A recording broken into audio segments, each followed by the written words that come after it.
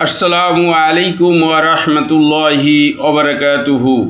আলহামদুলিল্লাহি রাব্বিল আলামিন, আসসালাতু ওয়াসসালামু আলা রাসূলিল্লাহ। তাওহীদ কি? সংজ্ঞা নয়, বাস্তবতা। তাওহীদ মানে শুধু বলা নয় আল্লাহ এক। তাওহীদ মানে হলো জীবনের সকল কর্তৃত্ব, আনুগত্য ও চূড়ান্ত সিদ্ধান্ত আল্লাহর জন্য নির্দিষ্ট করা। অর্থাৎ কে হালাল হারাম নির্ধারণ করবে? আল্লাহ। কার ভয় আমাকে নিয়ন্ত্রণ করবে? আল্লাহ। কার সন্তুষ্টির জন্য আমি কাজ করব? আল্লাহ। যেখানে এই তিন জায়গায় অন্য কেউ ঢুকে পড়ে সেখানেই তাওহীদ ক্ষতিগ্রস্ত হয়। তাওহীদের যে তিনটি বাস্তব স্তর রয়েছে: তাওহীদুর রব্বুয়াত, কর্তৃত্বের একত্ব, বিশ্বাস করা যে রিজিকদাতা একমাত্র আল্লাহ, জীবন মৃত্যু তার হাতে, পরিকল্পনার চূড়ান্ত নিয়ন্ত্রক তিনিই। বাস্তব প্রশ্ন করুন নিজেকে, আমি কি বিশ্বাস করি চাকুরি, ব্যবসা, মানুষ ছাড়া আমার রিজিক বন্ধ হয়ে যাবে? তাওহীদুল উলুহিয়াত, ইবাদতের একত্ব, শুধু সেজদা নয়, ভয়, আশা, ভালোবাসা, আত্মসমর্পণ, সব কিছু আল্লাহর জন্য নির্দিষ্ট করা।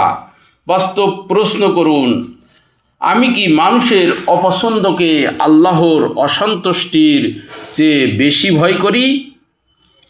আল্লাহ। তাওহীদুল আসমা ওয়া সিফাত, আল্লাহকে যেমন তিনি তেমন জানা। আল্লাহ সব দেখেন, সব জানেন, ন্যায় বিচারক, পরম দয়ালু। বাস্তবে প্রশ্ন করুন, আমি কি পাপ করার সময় ভুলে যাই আল্লাহ দেখছেন? তাওহীদের বিপরীত কি? আধুনিক শিরক, প্রকাশ্য শিরক নয়, লুকানো শিরক। মানুষের জন্য আমল করা, রিয়া। হারাম জেনেও সুযোগ নেওয়া, আল্লাহর বিধানের উপর নিজের মতকে প্রাধান্য দেওয়া, সিস্টেম, ক্ষমতা, টাকাকে সর্বশক্তিমান ভাবা। যুবক যখন বলে এটা না করলে চলবে না, তাওহীদ তখন প্রশ্নবিদ্ধ হয়। আল্লাহ কেন্দ্রিক মানসিকতা কাকে বলে? আল্লাহ কেন্দ্রিক যুবক সিদ্ধান্ত নেওয়ার আগে ভাবে, আল্লাহ খুশি হবেন তো? একা থাকলেও গুনাহ ছেড়ে দেয়, ক্ষতিতে ধৈর্য ধারণ করে। কারণ রিজিক আল্লাহর হাতে। সফলতায় অহংকার করে না, আত্মপরীক্ষা। নীরবে নিজেকে প্রশ্ন করুন, আমার সবচেয়ে বড় ভয় কি?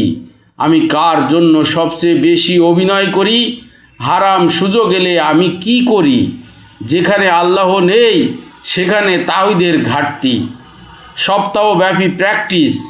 প্রতিদিন ফজরের পর আপনি 2 মিনিট, আজ আমার প্রতিটি সিদ্ধান্ত আল্লাহর জন্য। অন্তত একটি হারাম বা সন্দেহজনক বিষয় বর্জনের সিদ্ধান্ত, একটি গোপন নেক আমল যা কেউ জানবে না, এই বিষয়গুলো চর্চা করুন। সবশেষে, তাওহীদ মানে আল্লাহকে শুধু মসজিদে নয়, জীবনের কেন্দ্রবিন্দুতে বসানো।